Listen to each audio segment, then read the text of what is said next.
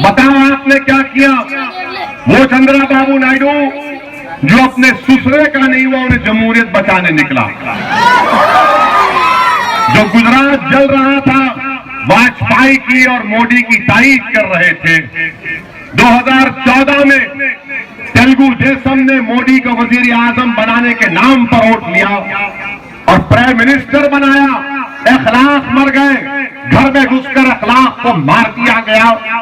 पीलू खान को मारा गया, रकबर को मारा गया, हाफिज जुनैद 17 साल के बच्चे को ट्रेन के कंपार्टमेंट में मारा गया। अलीमुद्दीन अंसारी को रांची में इसी शुबे पर मारा गया। जहां जहां बीजेपी की हुकूमतें थी, वहां पर इस तरह के काम हुए और मिस्टर नायडू खामोश बैठे थे। मंजलिस पर इल्जाम, मंजलिस फिरका परस्त है। मंजलिस फिरका परस्त नहीं है, मंजलिस फिरका परस्ती। आप बोल रहे कि मैं जुनियधार हूं। और मध्य प्रदेश में तकरीर करते हुए राहुल गांधी ने कहा कि कांग्रेस हिंदुओं के साथ है। अब आप बताइए, अगर मैं बोल देता कि नटराज नगर में जितने बड़े का खाने वाले मैं उनके साथ हूं, तो कल पूरे अखबार में न्यूज, टीवी पे डिबेट कि ओवैसी ने बोला कि बड़े खाने वालों के साथ ओवैसी है।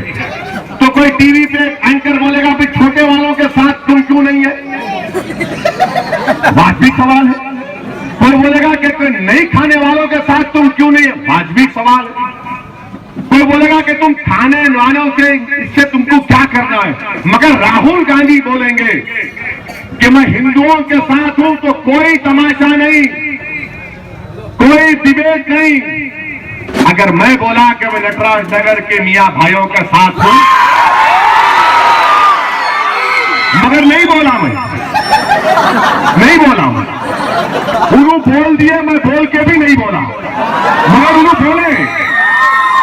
अगर कोई बोलेगा कहां बोले, तो हिंदू अखबार में संपत साहब का एक मजमून छपा, संपत साहब लिखे तो मैं पढ़ के बोले उन्हें।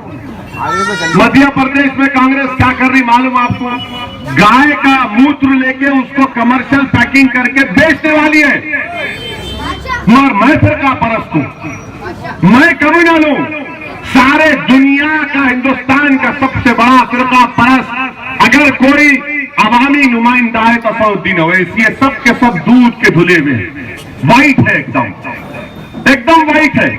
कांग्रेस के लीडर बोल रहे, सीपी जोशी उनका नाम है, कह रहे कि हमने बाबरी मस्जिद के ताले खोले और हम वहां पर मंदिर तामीर करेंगे। ये आपका सेकुलरिज्म है, ये आपका सेकुलरिज्म है। आप ये कह रहे हैं, अच्छा किया आपने जो अपने असली चेहरे को आवाम के सामने लाकर बेनकाब कर दिया। मेरे भाई, ये इनकी पॉलिसी है। इनके एक लीडर कश्मीर के मोहतरम, उनका नाम गुलाम नबी आजाद। मैंने उनको कह दिया कल से कि आपको खाली आजाद पुकारूंगा, क्योंकि गुलामी तो हम कर रहे हैं। सब जुम्मत के मकी की गुलामी अदा करने की हम कोशिश कर रहे हैं। ये आकर कल प्रेस कॉन्फ्रेंस कर, इन्हें भी टूरिस्ट बन के आए, कल चले जाते हैं टूरिस्ट बन के हैदराबाद को आके बोल रहे असदुद्दीन ओवैसी ऐसा, असदुद्दीन ओवैसी वैसा, मंजलिस ऐसी, मंजलिस वैसी। मैं बोला ठीक है। मीडिया वाले बोले आप पे इल्जाम लगाए, मिलामतन है। गोशा महल की हद तक, गोशा महल की हद तक अब आपको मैं बता रहा हूं, खुल के कह रहा हूं। सुनो राहुल गांधी, सुनो आजाद साहब और गम के पेंडला वाले नायडू जिसने अपने ससुरे को धोखा दिया। सुनो, 2014 में आप तमाम ने, मजलिस ने आपसे गुजारिश की थी, तो आपने कांग्रेस के मुकेश को कामयाब किया, वोट डाला, मगर उनको उनके वोट नहीं मिले और बीजेपी का उम्मीदवार कामयाब हो गया। अब मजलिस इत्तेहादुल मुस्लिमीन की पॉलिसी है कि 8 असेंबली हल्के से जहां हमारे उम्मीदवार हैं, टीआरएस भी हमारे खिलाफ, उनको हराएंगे हम 8 जगह पर।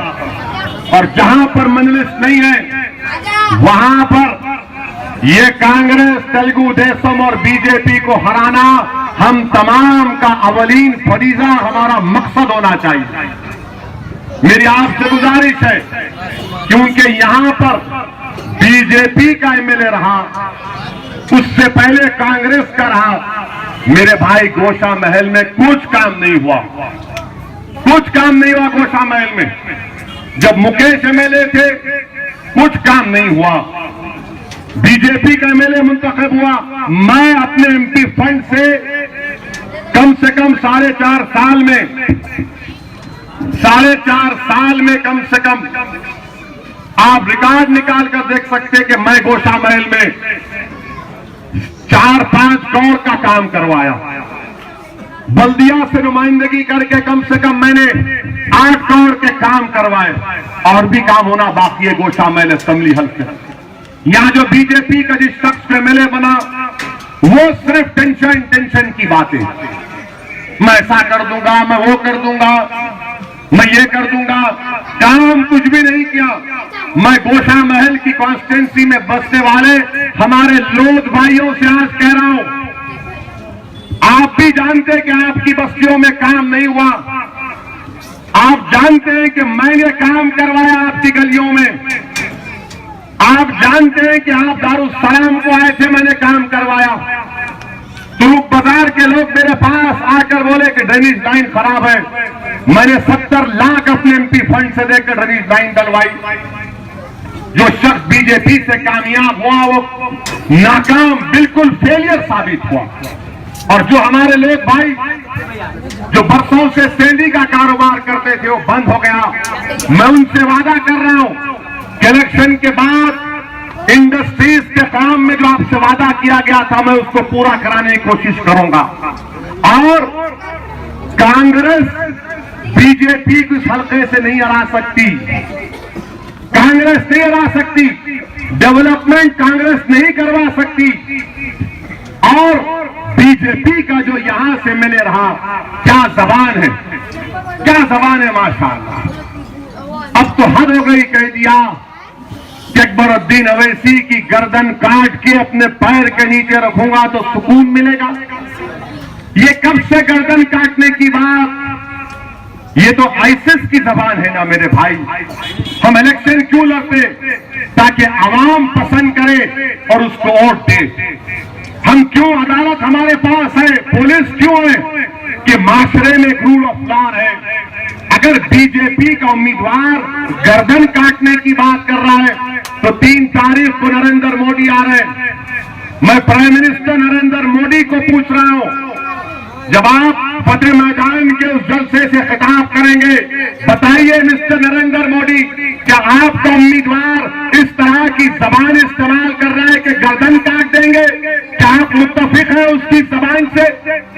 क्या ये बीजेपी की पॉलिसी है कि जो नरेंद्र मोदी अमित शाह के खिलाफ बोलेगा उसकी गर्दन काट देंगे, जो आरएसएस के खिलाफ बोलेगा, जो हिंदुस्तान के रूह को बचाने की बात करेगा उसकी गर्दन काट देंगे? मेरे भाई, गर्दन जो काटने की बात कर रहा है वो प्रेम की बात नहीं कर रहा। और जिसका नाम प्रेम सिंह है वो प्रेम पैदा करना चाहता है गोशा महल में, उसका आपको साथ देना, उसका आपको साथ देना है और उनके लिए वोट डालना है। और मैं आपसे वादा कर रहा हूं कि इंशाअल्लाह ताला हल्का असेंबली गोशा महल में जो हमारे मसाइल नहीं हुए मैं उसको हल कराऊंगा। मेरा एमपी फंड का बहुत बड़ा हिस्सा आप यूसुफ से समझ से पूछ सकते हैं कि मैंने इन इलाकों में लगाया है और करवाऊंगा। और इंशाअल्लाह ताला गोशा महल में अमन को और मजबूत करना है। कांग्रेस को मौका मिला, कुछ नहीं किए मुकेश साहब ने, बल्कि झंडा बन गया था, उनके अतराफ के हवारियों ने तंग तंग करके रख दिया। अब ये मौसूफ है, इनको कुछ काम नहीं है, खाली बस गर्दन काट दो, वो कर दो, ये कर दो। मेरे भाई, गोशा महल की तरक्की के लिए जरूरी है कि एक अच्छे उम्मीदवार को यहां से कामयाब करिए असेंबली के लिए। मजलिस इत्तेहादुल मुस्लिमीन आपसे अपील करती है कि जो शख्स प्रेम और मोहब्बत की बात करेगा, जो शख्स सबको साथ लेकर चलने की बात करेगा, जो शख्स गर्दनों को काट फासले की बात नहीं करेगा, जो शख्स इंसानियत की बात करेगा, मजलिस उसका साथ देगी। और मैं आपसे वादा कर रहा हूं, जलसा यहां पर हुआ, कलेजे को सुकून मिला, नटराज नगर में हुआ, क्योंकि हमारी तारीख है, जब तक यहां जलसा नहीं होता हमको सुकून नहीं मिलता। यहां पर आया हूं, अब इंशाअल्लाह ताला जब पार्लियामेंट का इलेक्शन होगा 2-2.5 महीने के बाद, ये गरीब आएगा। अब की बार असेंबली के इलेक्शन में गोशा महल में गाड़ी में बैठ जाऊंगा, गाड़ी का इंजन हम है, ये गम के पैदीना साइकिल हाथ की नहीं चलने वाला है। पार्लियामेंट का इलेक्शन आएगा तो असदुद्दीन ओवैसी और मजलिस इत्तेहादुल मुस्लिमीन के हक में आपको वोट देना है।